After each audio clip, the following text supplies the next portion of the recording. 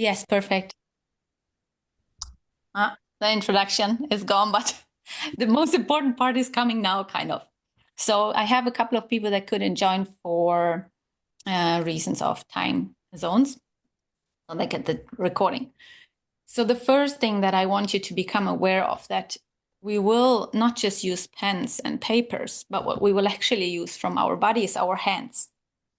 So I want you to become really like mindful and aware of your hands and all the, all the fingers that you have. Like feel free to just touch them and to just, feel every finger. In most of your cases will be 10 fingers and mine a little bit fewer. But like, be aware that these are the tools that you're going to use. And those are the fingers, the palms, and the wrist here. I'm right-handed, so depending on whichever hand you use, you will be more comfortable with one or the other. And it is really important to stay really at ease and at flow. So if you're going to be stiff, whatever you will scribble and sketch will become very stiff. And if we think about it, our arm is connected, here to our shoulders, to our back, our spine, and our head, and our whole body. So basically, when you sketch and scribble, any idea that you have, or any feeling, or maybe some abstract thoughts, then everything is connected. And if that's the vessel where you actually draw something, and that's going to be stiff, things will, and thoughts and feelings will not flow properly. So when we start drawing in a couple of seconds, try to keep your wrist as flowy and easy as possible. And also your fingers. You need to have some kind of tension to hold the pen, obviously, but don't try to be super stiff, because if you do that, and after an hour of scribbling, you will feel pain afterwards in your whole arm and your whole body and tension. And that's not the point. We want to enjoy this today. So if you hold your pen, try to be as smooth and easy as possible. And another one to admit. And if I am too fast, please feel free to, please feel free to say something. You can just unmute yourself and ask or say like, could you please go slower? Could you say something, show something else? Because it seems quite calm and I don't think we will all talk into each other. So feel free to just unmute yourself and speak. To me, this is not disturbing. And if you have any kind of question, it might help the other people to, maybe find another tweak to whatever they are doing and scribbling. But that's okay. Let me know in the chat, yes or no, or make some kind of reaction. So yeah, that's where I stopped. And we basically will, yes, the 3 exclamation marks. Thank you, Gary. So we will basically start already. So please get your papers and your pens ready. I will now unpin my, no, I will now, what I will do, spotlight. Continue. Okay. So here, I decided I will split this up, and because many of you will use pen and paper, so I will also use pen and paper. So you see it's the same. Later, I will switch to my iPad. So you see that digital tools are not so much different, actually. So now, take your pen and your paper. And the first mini exercise that we will do, we will just simply draw lines. Simple lines. Just try to draw as many lines as you want. You can go really fast. You can go super slow. And observe the difference on how these lines are looking. If I draw very slow, it becomes a little bit wiggly. If I draw really fast, the lines are a bit more straight, but sometimes even a bit bent. So just go on and continue with lines. Simple lines, as many as you want. And remember to keep your hand, wait a second, because you don't really see this like this. So keep your hand loose. The wrist should be able to move like this. Because if you keep it, oh, I take off my rings. Oops. If you keep your wrist and your hand stiff, you will be able to make really straight lines, but it will bring tension up to your upper arm and your shoulder. And that's not the point, because you can make straight lines also by keeping the wrist flowy and just moving the whole arm. Just keep on going with lines.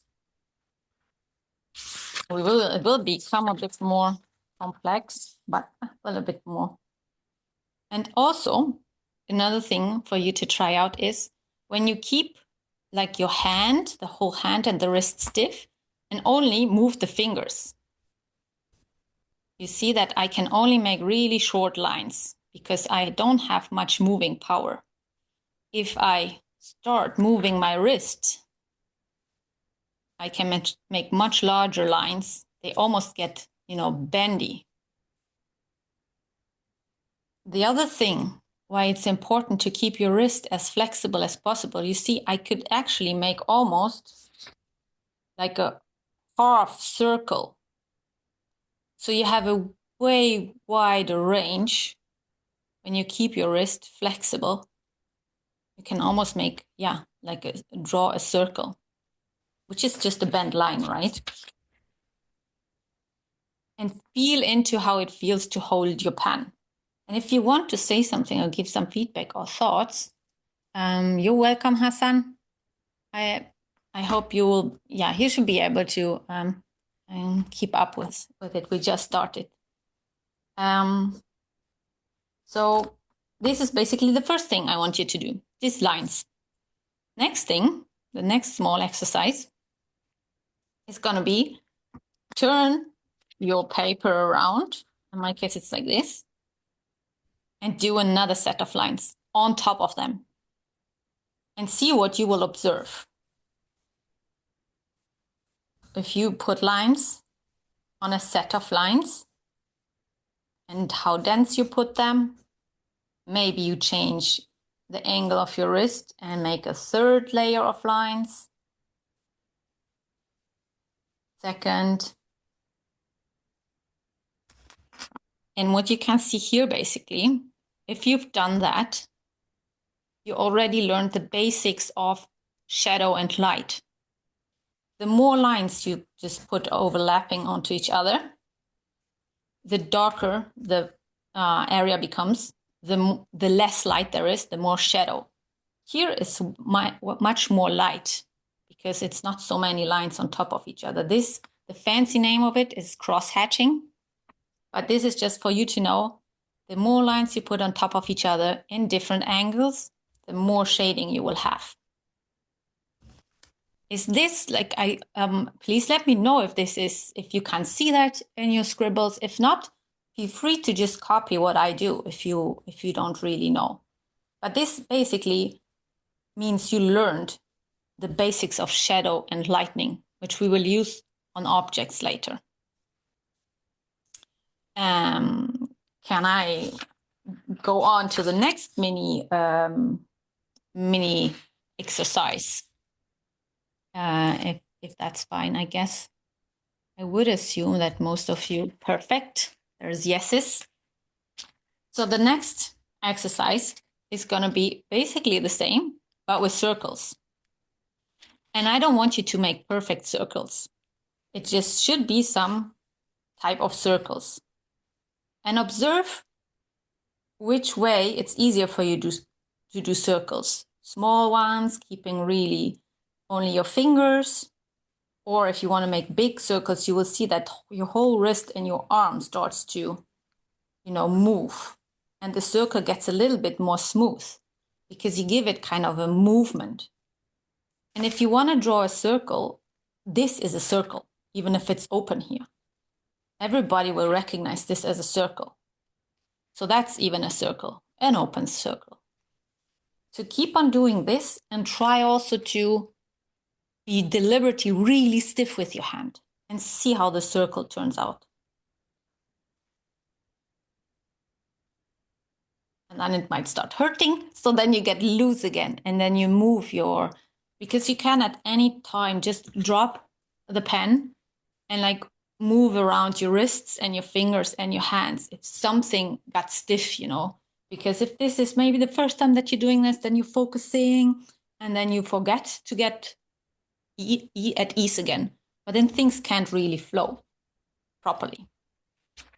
So then circles. It almost looks like, these soap bubbles. Soap bubbles. Yes. And so I guess we have maybe made enough circles.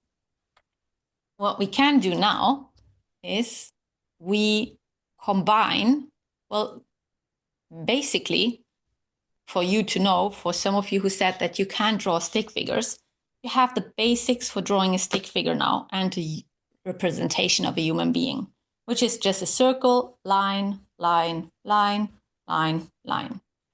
Now, everybody should be able to do it. You could also draw another one that has the arms down or parallel, up to you, but you are able to draw a stick figure now. And even more so, maybe because of the way our brains are wired, they immediately start connecting person. There is something happening here. There might be some kind of start of like a story wanting to be developed because there is these people here. We are very visual from the get-go. This is the way we learn with picture books. So if we see something like this we put it in relation to each other. So if you wanted to, you could have already storyline, person A, person B, and there's lots of, soap bubbles around because maybe one of them makes soap bubbles. That could be a point if you want to make a point like that. This is just what comes out of this. But now basics of stick figures is there. What you can do now as well, let me do this. We combine the circle and the line. So I make a circle here. And let's say if I add lines to it, and we know that many lines on top of each other bring shadow and fewer lines bring light. Let's say I want this to be a ball, a 3-dimensional ball. I want it to look like a ball. I say like the light is coming from here, so I don't have much here.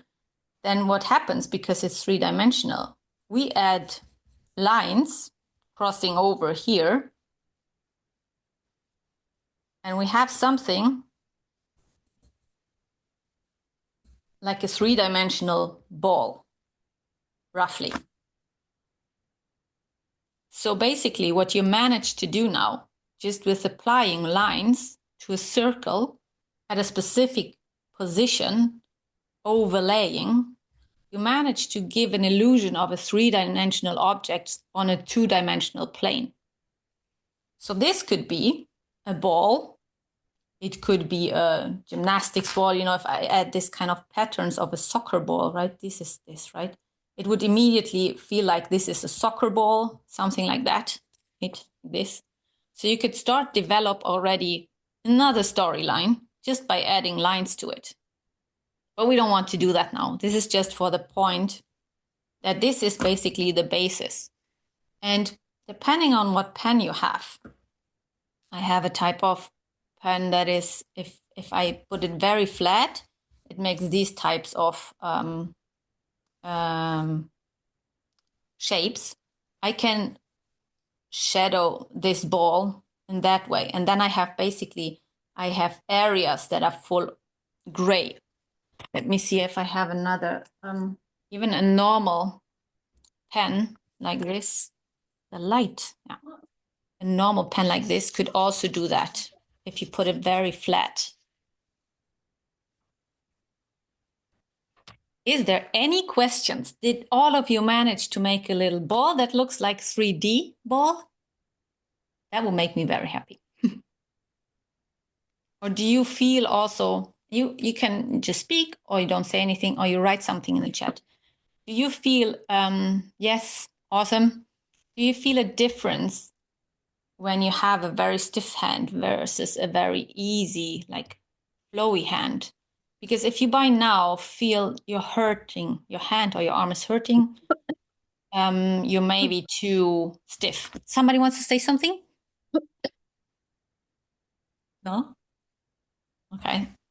Then keep paying attention to keep your wrist loose and just drop the pen again and just wiggle around a bit with your arm, hands and wrists.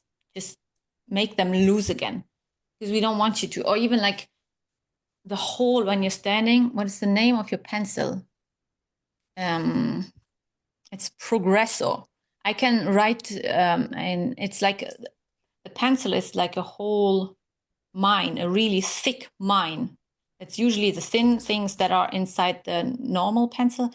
Oh my gosh, it's this. I will send you pictures afterwards. It's better.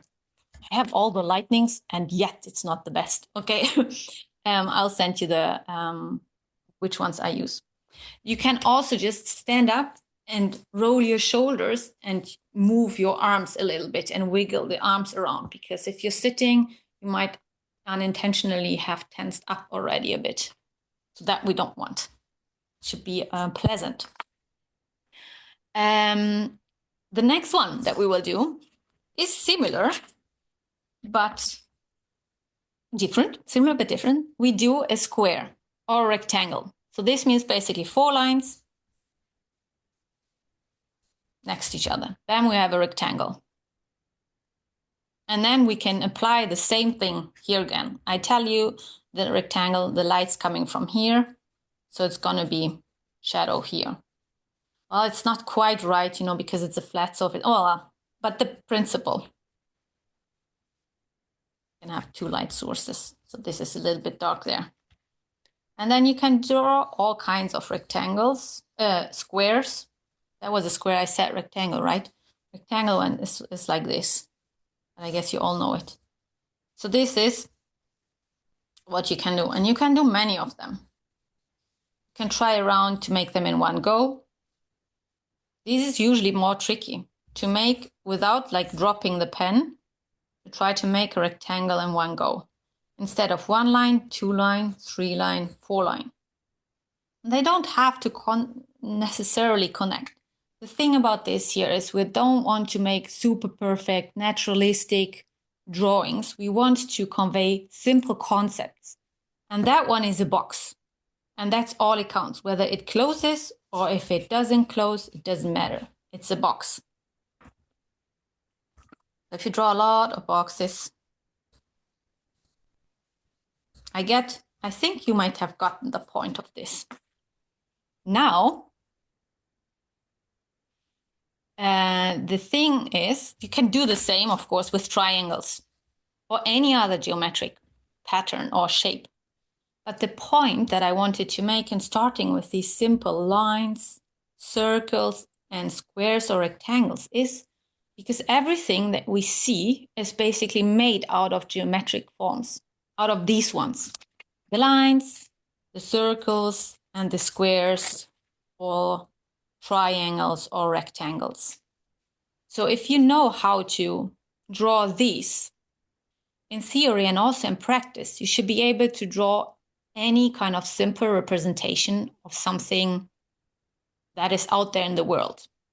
So the point here is to kind of try to see where these geometric shapes are. If you now look in your surrounding and pick any type of objects that is standing around you, try to pick a really simple one. I will just make like, yes, well, I will leave it. And in my case, what I did, I will, in myself, I choose a candle bar. This kind of a block candle. So this block candle, if I look at it, and you can take any other object that you have. And I would recommend you to start with something very simple. It could be a book or something. And that one is basically a rectangle. So I will now spotlight it again. Right, continue. I will now try to draw this candle.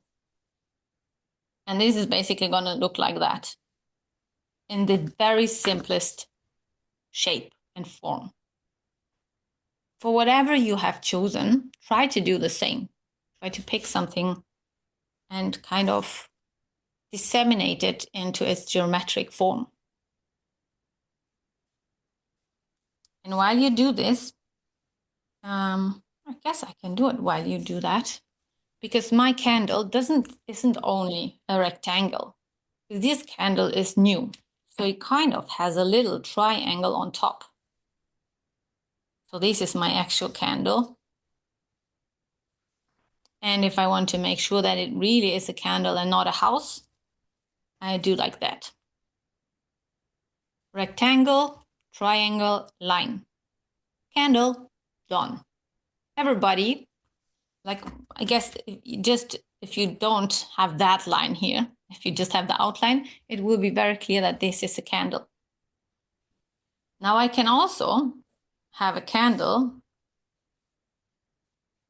that looks more like this, with an oval on top and the little lighting bulb. I don't know exactly how this one is called here. But here now you see, with a simple change of shape from a triangle to an ellipse, this one tells a way different story than that one. This candle is new. That one somebody has used already. It has burned with fire before and shared light. So if you end, then of course I can start to make like shadows again if I want, adding lights or not. How is it going? Ah, wick. It's a wick. Okay, wait, let me write it down. Then I will remember better. Wick. Thanks, Paul. It helps to think of the light source. Yes, exactly. Just always try to, like, you mean when the shadow is, when you want to put the shadow, Gary, right? In that case, for example, if the candle would really light, then it would be quite light here and it would be darker here. Okay. Anybody wants to share something or ask something? Or any thoughts? Or which objects did you pick?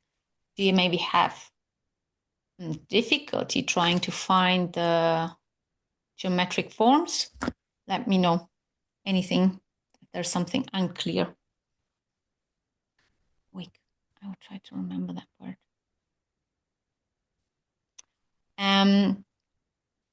And now, if we a table lamp you tried. Okay, did it, Shazia, was it okay for you to try to disseminate this table lamp in geometric forms? Did you manage?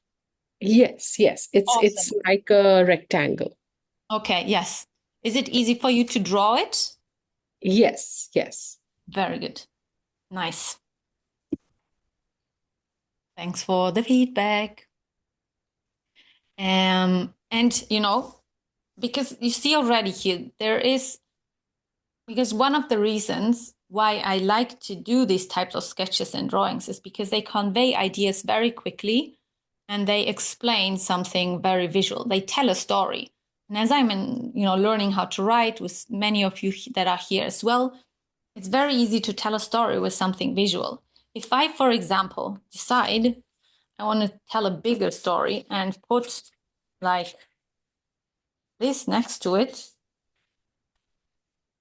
that one, which is a triangle on top of a rectangle, most of you might recognize this to be a Christmas tree. So something we will immediately again do some kind of connection between this, some kind of Christmassy feeling. It's not just a normal conifer, but a Christmas tree because there's a light next to it.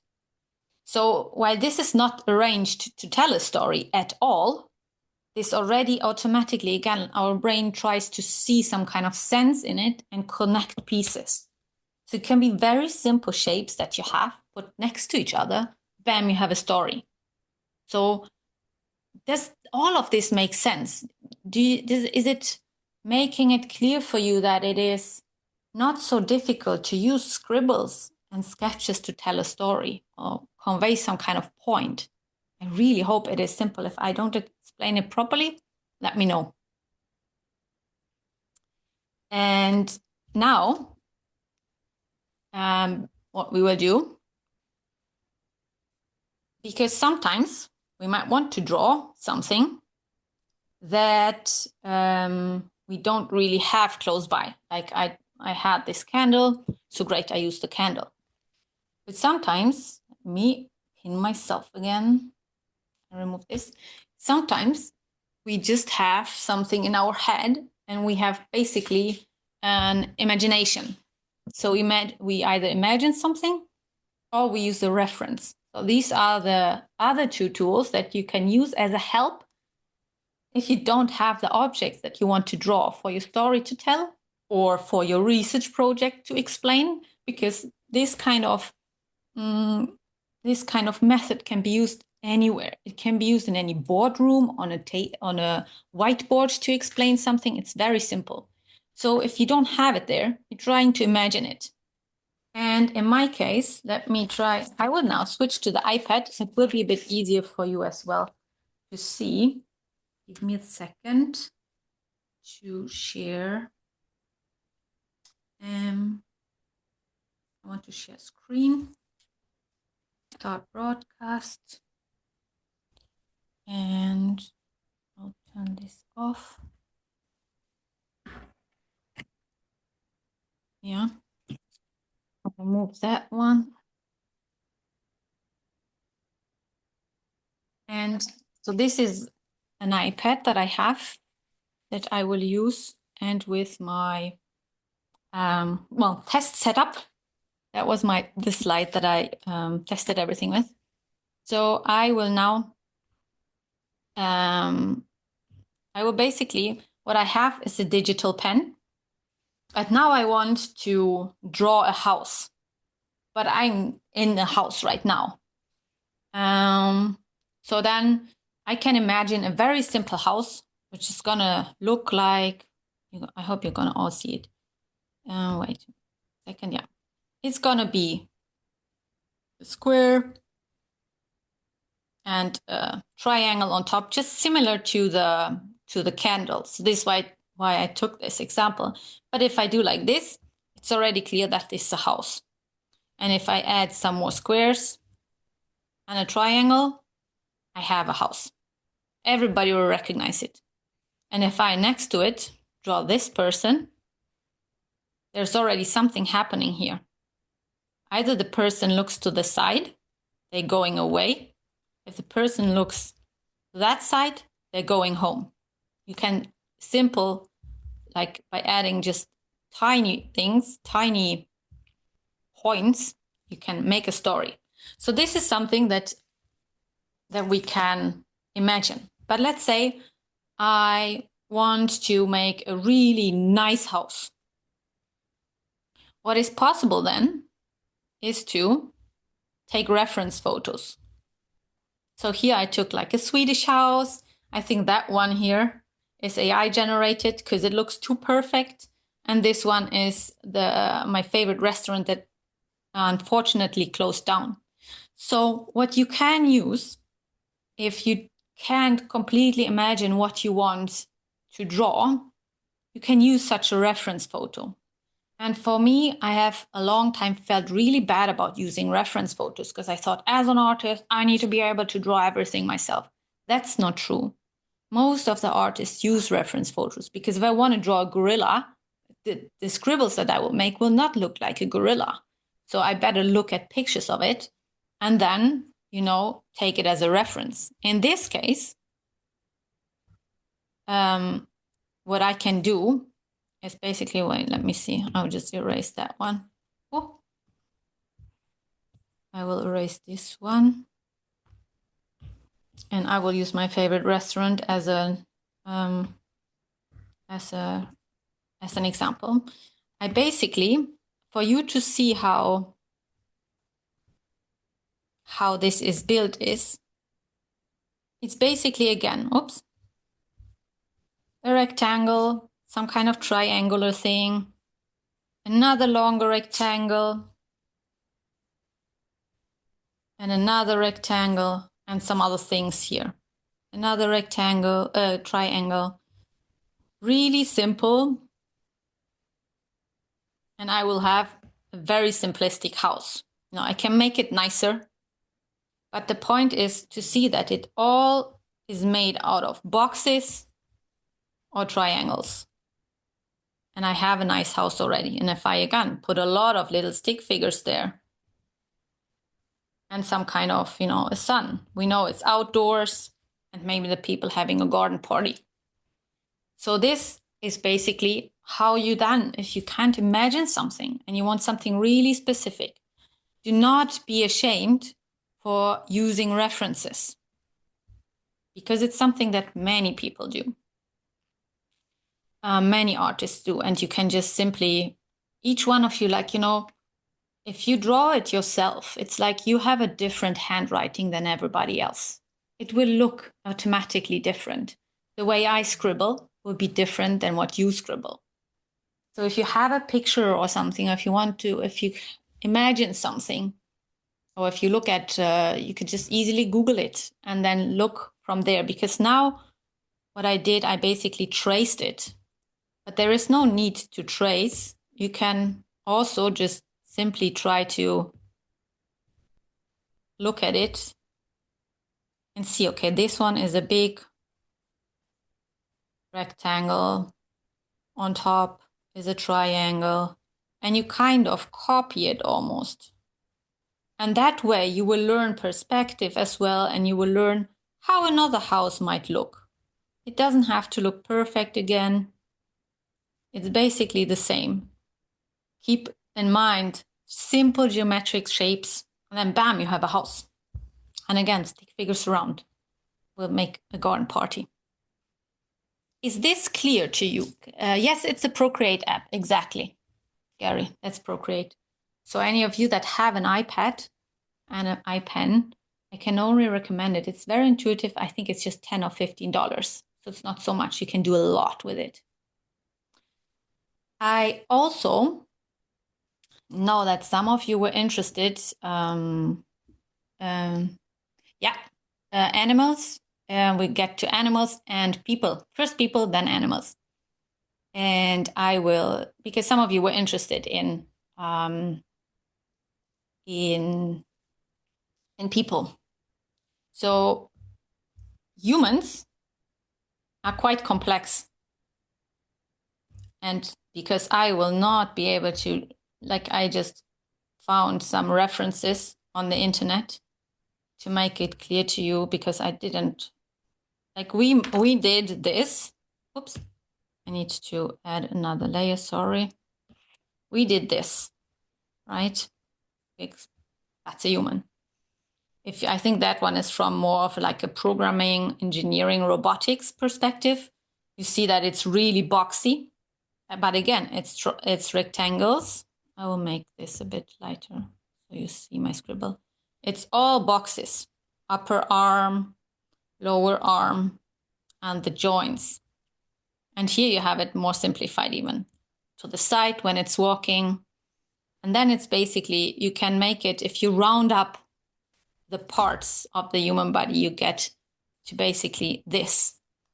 And it is composed, all these parts are basically those parts, just rounder, because we're not box robots. So that's the way I thought this is a good example to try to learn how to see things, because and this one could be all very simple as well. Right? Choop, choop, leg, leg. This, arm, arm, leg, leg. And it's really, you have already a moving person, a standing person. It doesn't need much. If you want to go into naturalistic drawings and all these things, you need more. But that's the basis. And then we come to, because we all look sorry. I think I overloaded my my Procreate with, I wanted to erase things. Because we all look different. Then we have different body shapes. But even if it's not so robotic as here on the top, you see that there is still, depending on how many muscles you are, whether you're male or female, you have different shapes of the body. Triangle, rectangle, here a little bit of an oval, and it is different types of body forms that have different types of patterns here. Whoops, you see? Yeah, right. I know what's the problem. Okay. So you see here, it's a little bit more oval. Here is like triangular and different shapes. So this is how you can try to see humans. Or again, you just go like this. Human as well. And these, like I took now, as an example, a picture of me. Because sometimes we have references that we either do ourselves or I can't find a reference. I want to draw a person that's jumping, but I didn't find any picture on the internet that a person is jumping because that's important for what I want to tell.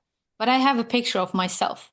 So here it's the same basically. What I do, I would make it a little bit more transparent. I do the same. I can do this, this, this, this, this, oops, this, add some arms and feet. And this is a jumping person. If I want to emphasize the jumping, there's something super simple to do. These kind of moving lines. It looks like the person jumped up. Bam, jumping person already. And again, we just use circles and lines. And these lines even will indicate, our brain will translate it into something is moving. Because these are very typical if you look at comic books or cartoons. These kind of moving lines. If I do like this, it could be that I'm wiggling my hands and my feet. This is something that we kind of indicate to show movement. I can also be a little bit more advanced and say, because I have a picture of myself and I really want to have a bit more of a better person looking, I do this and I make some kind of, I trace kind of my legs, my feet, my arms, my hand. It's all lines that I do in circles and then crazy hair. Jumping person. It looks more like a person. Oh yeah, I had a t-shirt and some shorts. Lines again. Line, right? I show you. Line, line, line. I'm not naked, but I'm wearing something. And I can put again, moving and showing that I jumped off of something if I put a square here. Then we have a moving person. Anybody of you, yes, dropping off. Are you still here? Because, yeah, then I will send you the recording. Is anybody of you, has any questions to this? Any wonderings or comments or, I don't know. I would be happy if you would be surprised how easy it is. That would be my heart would make a jump. If showing you these things makes you realize that it's not so tricky to draw. And then I was also asked, it does make it easier. That is, I'm very happy. I make it seem easy. That's good. I'm happy about that. I mean, it does need a bit of trial and error and playing around. But that's, I think, could be that if you enjoy these things, yeah, then that shouldn't be a problem. Somebody asked for animals. So I picked an elephant and a squirrel. Elephant is something that I don't really see here around, so I would definitely need a reference. A squirrel, we have many of them. I feel enlightened. Oh my God, this is the best. I am very happy to hear that, Michelle. This is, why? Because so many people just think they can't draw. But it's the thing that we do from the get-go. We scribble as kids and we learn through visuals. And then when we grow up, we think we need to be this perfect, whatever it is that we deem to be perfect when it comes to painting and drawing, but it's not. So I'm very happy. Enlightened is a big word if you feel it. So here, basically the same counts for animals. I make it really simple.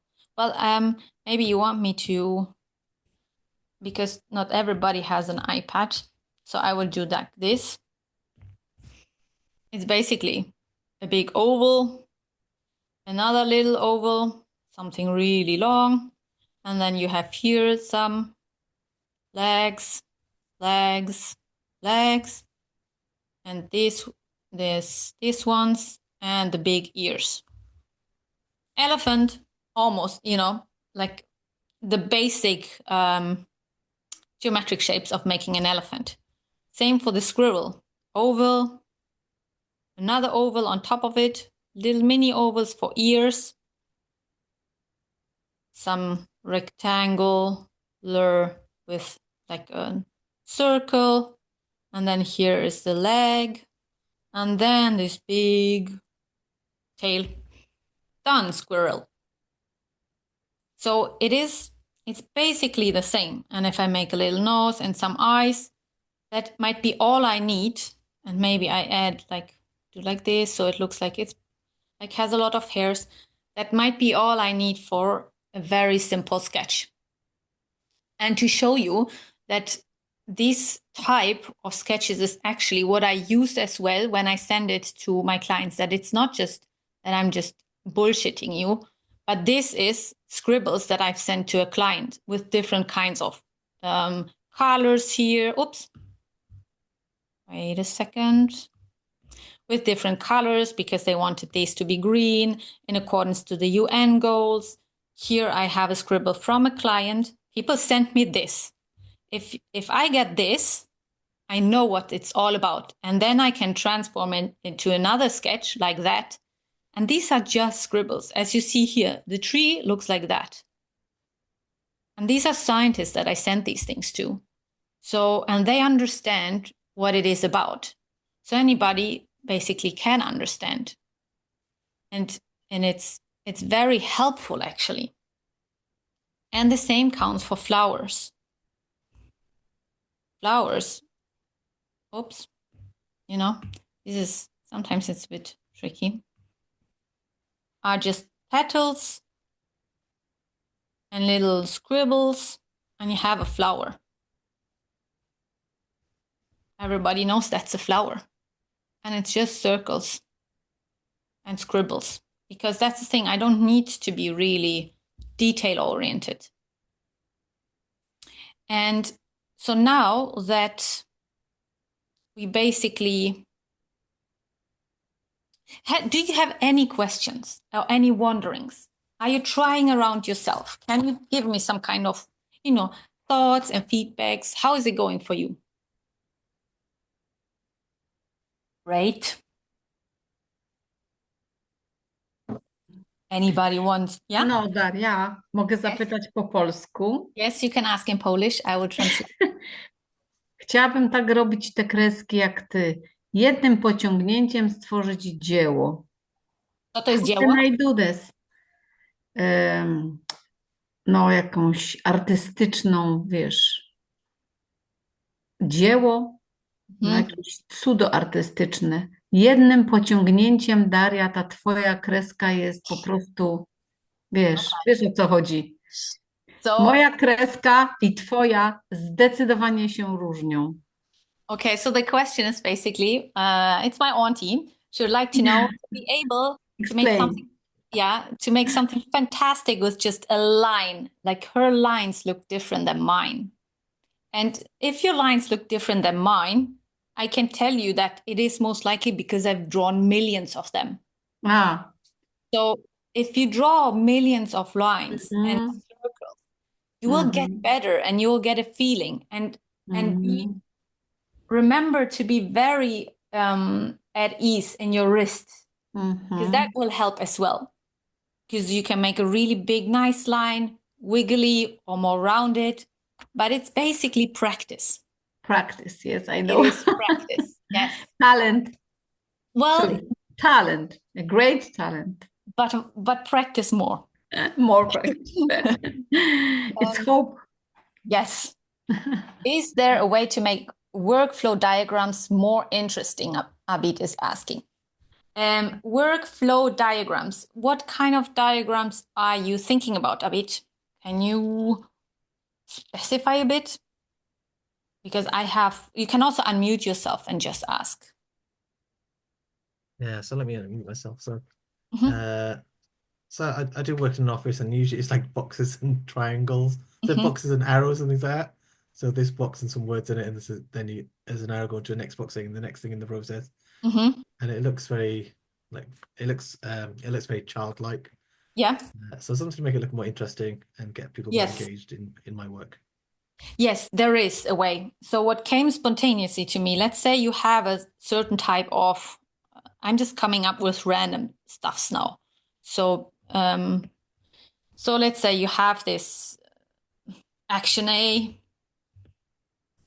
leads to something else, depending on what it is.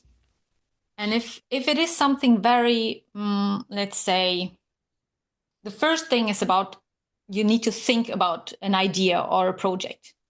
So what I would suggest is the action that needs to be done. In that case, it's, for example, thinking. Try to think how to represent thinking the best. And we all know this type of, thinking bubbles. That's a thinking bubble. So if you want people to first think about a problem, then you can kind of couple it to either an arrow, it can be above the arrow or above the action. You can kind of try to make it more, more interesting and more engaging. If you then want people to, write down documents or I don't know, publish a book or something, you can then think about, okay, how would that look? Like writing usually is like sheets of paper with lines on it. You can try to kind of be a bit playful about it, about the actual actions. Then people will know, okay, we first should think about it and then note it down. If you want them to make something like a mind map, then just draw even a simple mind map with connections or something with the question in the middle that you're actually thinking about. The key point is to kind of be playful about it and try to be as simple as possible with the most simple visuals. Because thinking is not something that we see, but we do. But then these thinking bubbles are a good tool to indicate. Because if I then make this, if I want the person actually, or to show that the person should be thinking, I'd be doing something like this. Instead of writing, think about project A, B, C, how to do action D, E, F. Does that somehow help a bit? Yeah, that's very good. Thank you. Yeah. And in this case, sometimes when I do this and I don't know a simplified icon, then I just type down in Google or wherever and I put icon. And then you have lots of examples and you can see what resonates best. And then you use the concept of it and scribble it down as well. Because sometimes I have an example actually of something more abstract, because I told you all to bring some more abstract ideas as well, because these ones were very tangible, object related. So I recently listened to, I recently listened to, I don't know, it was an interview by Gabor Mate or something like this. He's a trauma psychologist. And he said something that really made me think, oh, I want to visualize it. And he was speaking about trauma and what trauma is. And what came into my head, and I just had the feeling I wanted to kind of visualize it. What came in my head, maybe this is, I just copied it. What came in my head basically is having a little person, because he said trauma is what all the terrible things, somehow I'm paraphrasing, that happen to you, or all the awesome things that don't actually happen to you. So I thought, how should I visualize it? in this case, I'll take, two little people. And when I think about terrible things, it could be anything. I connect it with the color black and all kinds of mess, So this is why I came up with that. The terrible that happens to me as the person. But at the same time, all the joyful things that I maybe didn't have. And this is just like an example. I say I because, I. All the dreams, the sunshine, the enjoyment, the love, the care, the protection that I didn't have will also cause trauma. So this is maybe very abstract because it is about feelings and experiences and concepts that are, very non-tangible. But then what I use is either little symbols, like I said before, because, it's very good that you asked this because it connected kind of to that one. I use the thought bubble because this could also be dreams. Hearts are usually love and care. The protection shield is for security. So I'm trying to use little icons and that are playful, that represent something great and good. And just then I drew it around the person, but not touching the person. I am still not happy with the complete outcome. I like this side, a complete mess, because also the other thing is colors have meanings.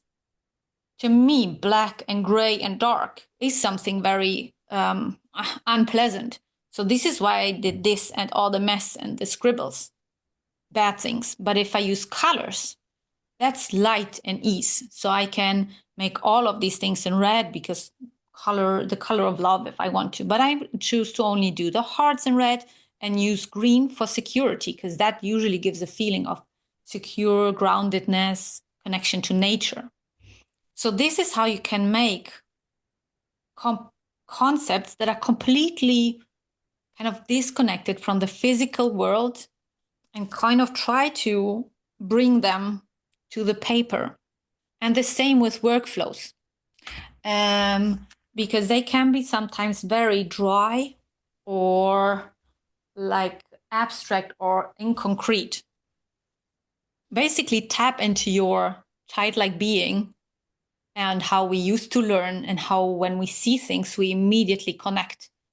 And we can't always assume that everybody connects a red heart with love, because maybe they don't. But the majority of people do that. Because it's kind of the visual language is more universal than any kind of any language, any words that we have. And for many people, this will be very intuitive to understand. And that's a great thing to include in the subject to make it more interesting. Yes. So I've been using these types of scribbles and drawings in my writings a lot. And it is very, you can, like, this is just a sketch. What did I recently had something else that So I recently posted something like this because I was speaking with a friend and I call this brain farts, like random ideas that are popping up. I Googled what brain fart actually means. It means when you forget things and you're a bit older and dementia, Alzheimer's kind of kicks in. But for me, a brain fart is anything that pops up. Just like a normal fart, it's just coming as a thought, an idea from the brain. So I kind of tried to make a semi, not realistic, but still sketchy looking brain with some, again, thought bubbles with either question marks, ideas. This is a very good general icon for idea, like a light bulb that turns on. And then because I wanted to make it funny, I added eyes. Googly eyes, I tell you, they make things better.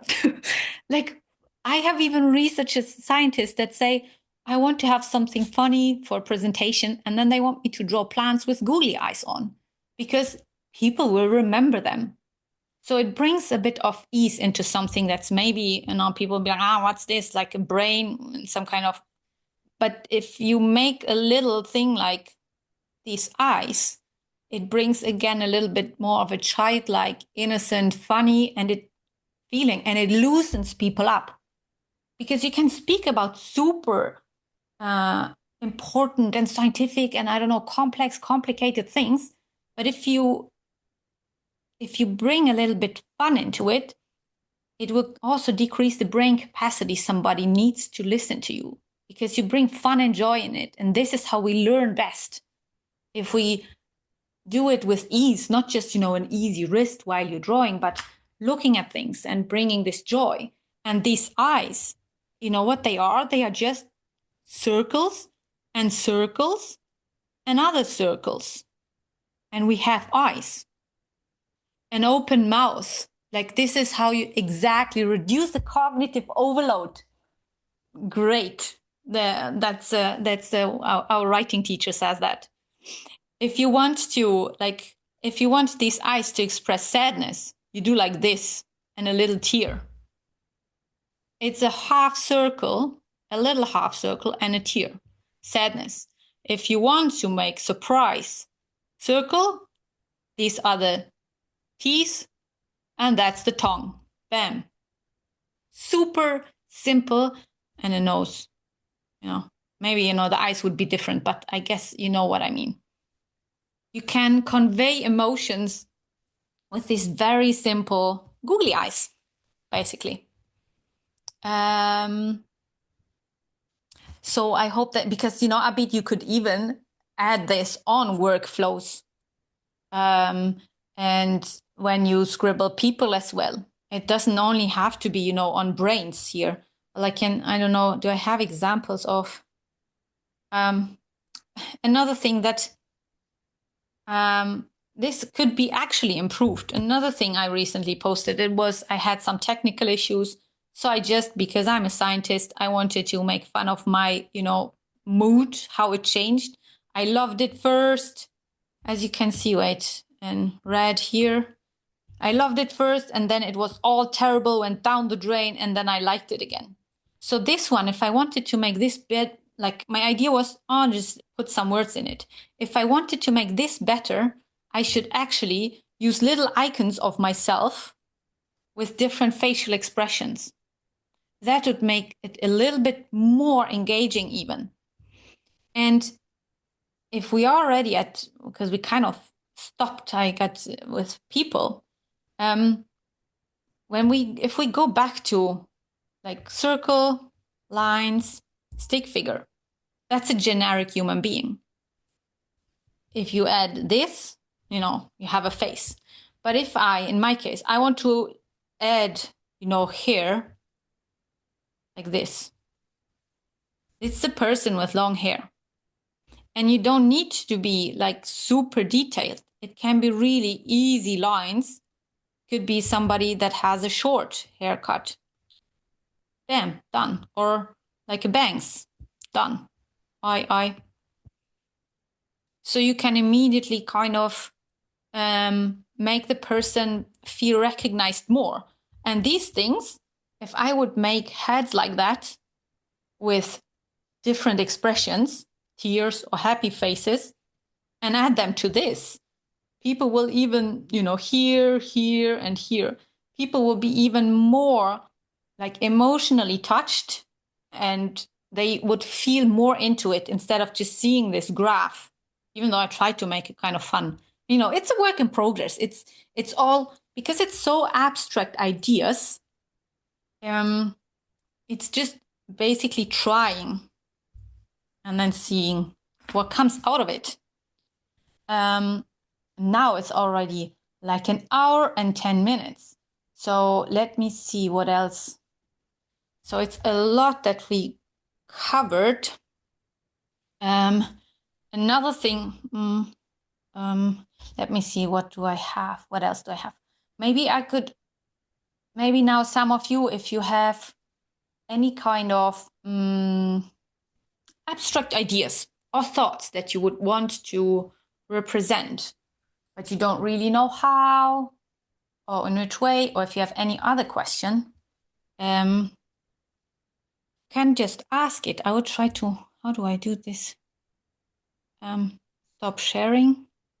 Yes. So now, do you have, let me know, Daria, I see here that a smooth line is essential rather than adding line on line. Your drawing looks like the connection of simple lines, which makes so pretty. A smooth line is essential. You know, not always. If you, for example, want to express something super stiff and rigid, like, or what do you exactly mean with smooth, Shoko? Because it could be like a dress, for example. It needs like smooth, flowy lines. But if I want to make a box, then it needs these strict lines. But then again, if you draw lots of lines, you can give them character as well. And you will be able to kind of, yeah. Or did I in a way answer it? Yeah. Yes. If I see your drawing, Mhm. everything looks like one line, and it's more like a line on line. So that looks very simple and clear and pretty. That was my impression. That's why I asked. Yes. Now I actually understood better what you mean. I have the tendency to not lift my pen. I like to have my pen all the time on the paper and then only slightly shift and change the pressure of it. So then it looks like sometimes line goes into line, and that's maybe why it's flowy. But if you don't do that, you will have more clear shapes. And that's, I think, it's a very interesting observation that you actually saw this because I do the same when I write. I connect all the letters, even the I dots to the next letter. I kind of want it all to be in one, so I don't have to up and down and up and down again. So it's maybe like an energy efficiency that I trained myself to do. But it's possible that, yeah, well, this is so interesting that you say this because I never thought about it. Yeah. Well, that makes it maybe look so smooth. Yeah. Yeah, smooth and it looks so pretty and beautiful. Simple, beautiful. Yeah. How's it going for you? Do you have some kind of concepts, abstract concepts that you try to draw? Wait. No, maybe not. No. Yeah. Anybody else? Anything that you observed while you were drawing? Or any, revelations or thoughts that came up? It feels like fluency arising from lots of practice over the years. I think so. Because if you start doing it a lot, your body will automatize somehow how it is most efficient for you to do things. Maybe it could be also a little bit of laziness, But what you just saw what I did is I would try to show this again because start broadcast, because this is just, all of these things are sketches. If I show you how things actually develop, well, what is this now? Okay. Let's say, how did I do this one? Yeah. Oh, this is a very convenient thing to do. I can do like a replay. Here is the brain that I used as a reference, and I sketch around, and then I do separate lines that are not so connected. Usually that's not the best example, but here you see roughly how I do, because I didn't want to, come up with the lines myself of the brain. This is how I then go about things and color and add. But that's not the best example of what I wanted to show, because let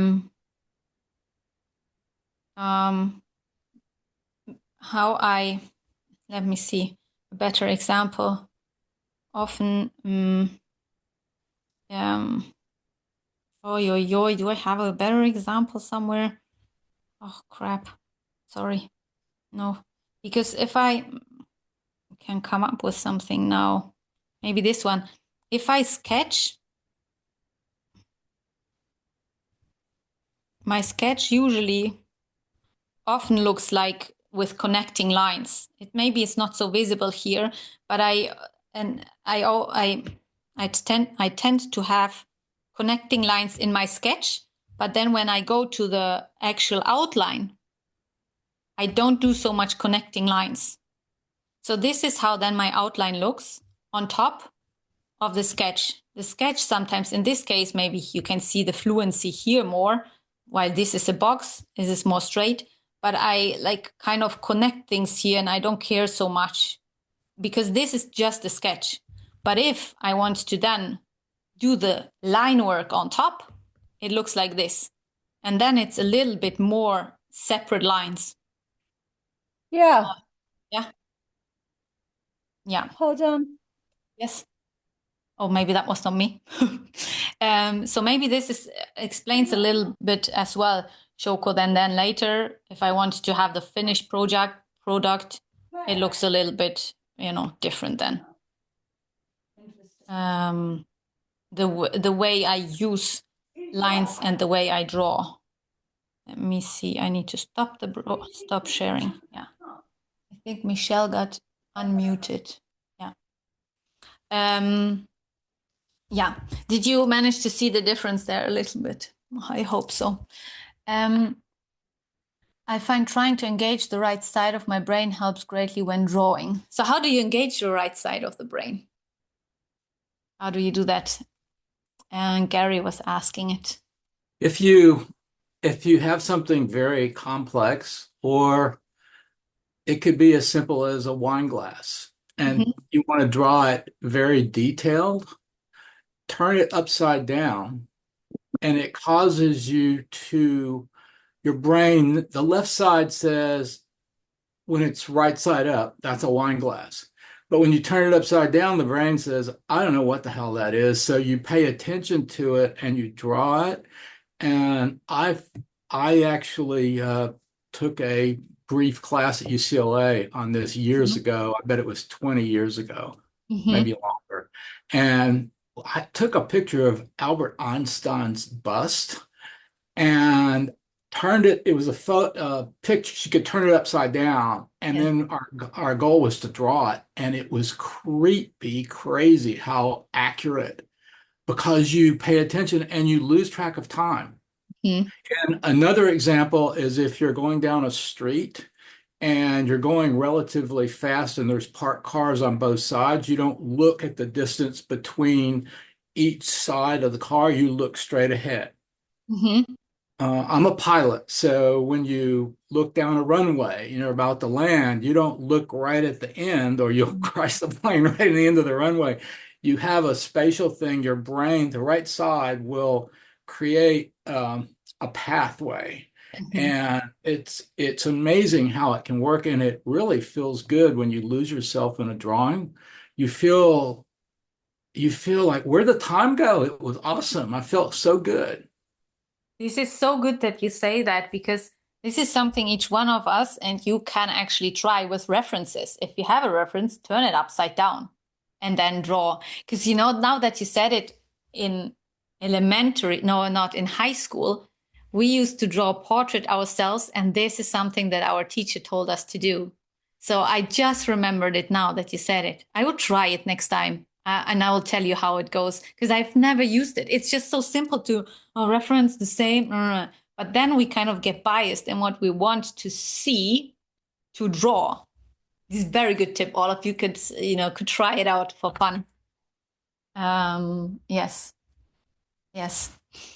Anybody else? Any kind of epiphanies or thoughts, or if you want to share something that you draw, you can also do that. I will just unpin myself.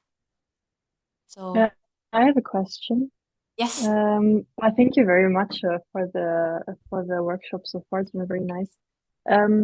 It's more about how do you go about sketching more complex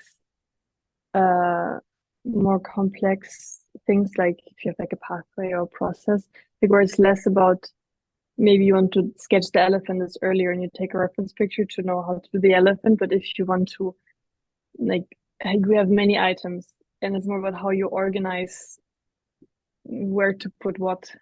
If you have any tips.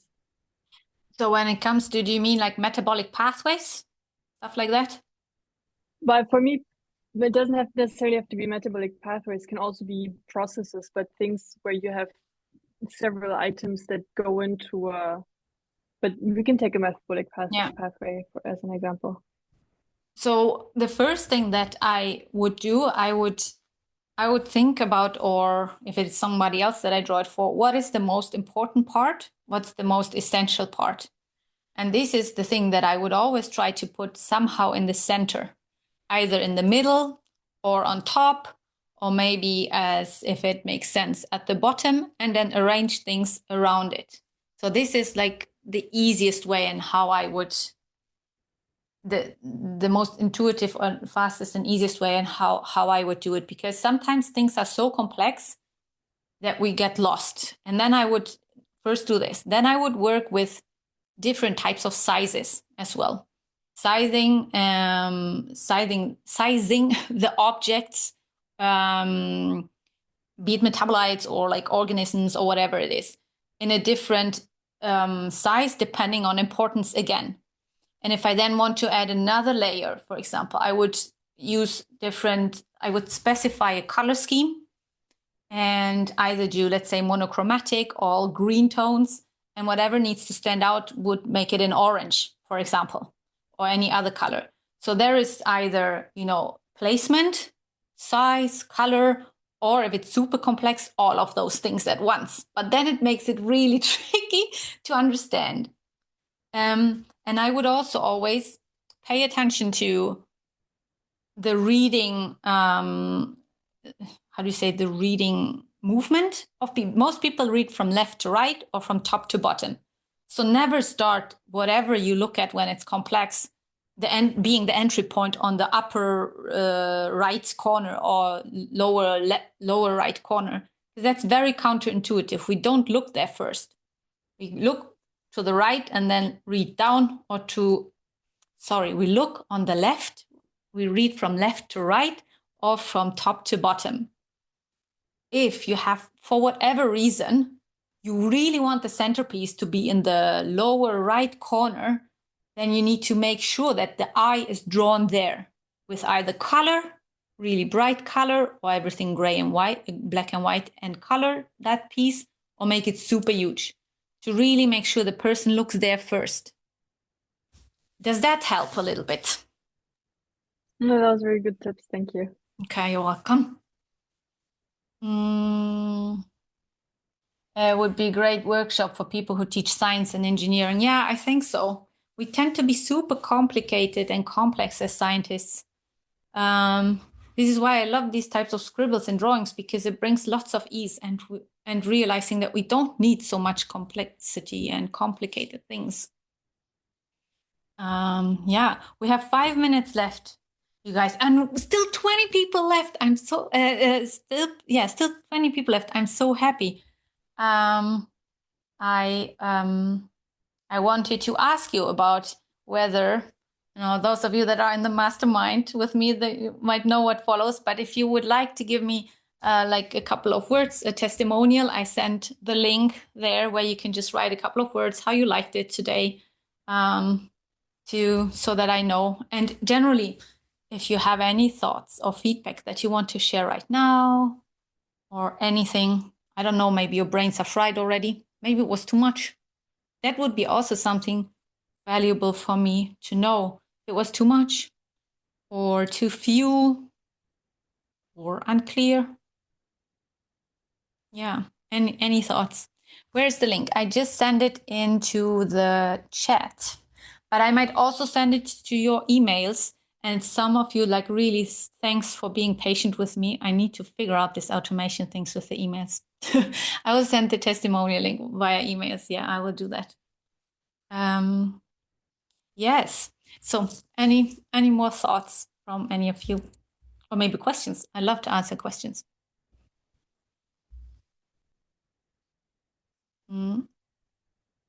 Actually, I have one thought, because many people are wondering whether it's pointless to learn these things because of all the AI tools and all this, generated visuals. I am totally a big fat yes. It's very, very useful, because many people also get sick of the same looking visuals and want to have something more individual. And if you manage to incorporate these types of scribbles, and even if you go further and become a bit more advanced, it will always give a more personal touch to anything you do, whether it is writing online that many of us here do, or having a presentation. When you have, if you give a presentation at work and you add these types of funny, playful elements, people will just listen to you and not stop, looking at your slides and what you're going to say, because it will be so different than boring, workflows like Abid was asking about, or just text. Slides with text are the worst. But if you can make it playful and joyful with these types of things, it's going to be the hit at work. I promise you. It's really super powerful, and it's gonna also show, like, the psychological effect of it shows either your boss or your colleagues or whoever it is. The person actually, cares about me understanding, or cares about me listening, being engaged, and not frying my brain with only facts. It will bring a little bit of, oh, he or she cares about me. So, and that's huge, because we want this. We want to feel this, and this brings immediate human connection, because you will be able to connect to the other person on that more playful and joyful level. It's a game changer, I'd say. So yeah. Yes, thank you so much that it was useful. Great if you put it into practice, Gary. Yeah, and I hope that also that you maybe lost a little bit of the fear that it's something difficult to do. Obviously, it needs some practice, or just doing it regularly to get more comfortable or even better. But if you like it and enjoy it, yeah. Having the diagram sketched there first in light pencil. Yes. Yes, people like these things when they see things growing over time. Yeah. It's good. Yeah. It's like writing, golf, etc. practice. Exactly. Yes. Yes, all the places you can use this practice other than your own entertainment. Yeah, Michelle, like everywhere. I swear it's not nowhere. It's not unnecessary. And drawing pencil name, please. I will do that. Yeah. There's really not really many drawbacks, because also if I go, okay, we have like 1 minute left. Looking at scientific studies, what they found out actually, like observing children in school, they saw, like, over 10 years, they observed that they learn better, their brain develops better, they remember better when they actually use pen and paper and write with their hands instead of typing and looking at screens. So we innately need to use our, like, physical body. So whether it is like a digital pen and a tablet or a pen and a paper, we kind of we activate so many things in our body, in our nerve system and everything. It's just like we kind of feel more connected to everything around us and the world and abstract concepts that we have sometimes at work. So yeah, so it's just really only pluses to do this. Yeah. Okay, I see a lot of people agree. Happy to hear that. And if you don't agree, you can also share this, because we don't all have to be like in agreement with each other, obviously. Yeah. So now it is 9:30 already. Officially, you can all be released. I wanted to ask you whether I could have like a screenshot with everyone, but now I don't know how to how do I unpin myself? I'm not such a remove pin there. Remove pin. And now if I put on view, would it be okay if I make a screenshot of us? Maybe I would put it on social media. If you're okay with it, but I don't have to. My picture as well. Yeah, show me a bit. Oh, you drew a cup. It looks very good. Yes. Yes. Yes. We should do a picture of us holding up a picture that we did. Okay, we can do that. I can try to do this as well and do a screenshot. I'm not sure if I managed to. I do like this. I don't know. Wait a second. How do I do this? No. is no. I'm not sure. Wait, let me think. How do I have a pin somewhere? Yes, I have a pin. Let me do like this. Like this. Wait. That. Okay, 1, 2, 3. Screenshot. Yes, awesome. Oh, I want to see now all the things. You drew a lot. I'm so happy. Wow. Nice. I'm very happy to see this. Oh, there's the elephant. There's a screen, cup. Oh, many papers. Oh, so good. Wow. I will, of those of you that are in my mastermind, you know, that we're in the mastermind writing. By the way, I would, well, I will have a look out into seeing whether you maybe sometimes post something in your post with your scribbles. Daniela, a lot of things as well. Awesome. Really nice. Yeah. Okay. So now 2 minutes over, you're officially released. Thank you so much for being here. It was a lot of fun. And yeah, see you around. And I will send the email with testimonial things tomorrow, not today. As I Thank haven't you. automated it yet. Okay. Thank you. Bye. Thank you, Daria. Thank you. Bye. Bye. Bye. Możesz zostać, ciociu. Zostanę. Mm. Jasne. Explain, please. Yes, now. Explain. Poczekaj. Yes, you have to explain all Yes. what you said. Poczekaj, muszę skończyć tutaj. Aha. Leave today meeting, and I will recording. I will stop it. I Welcia.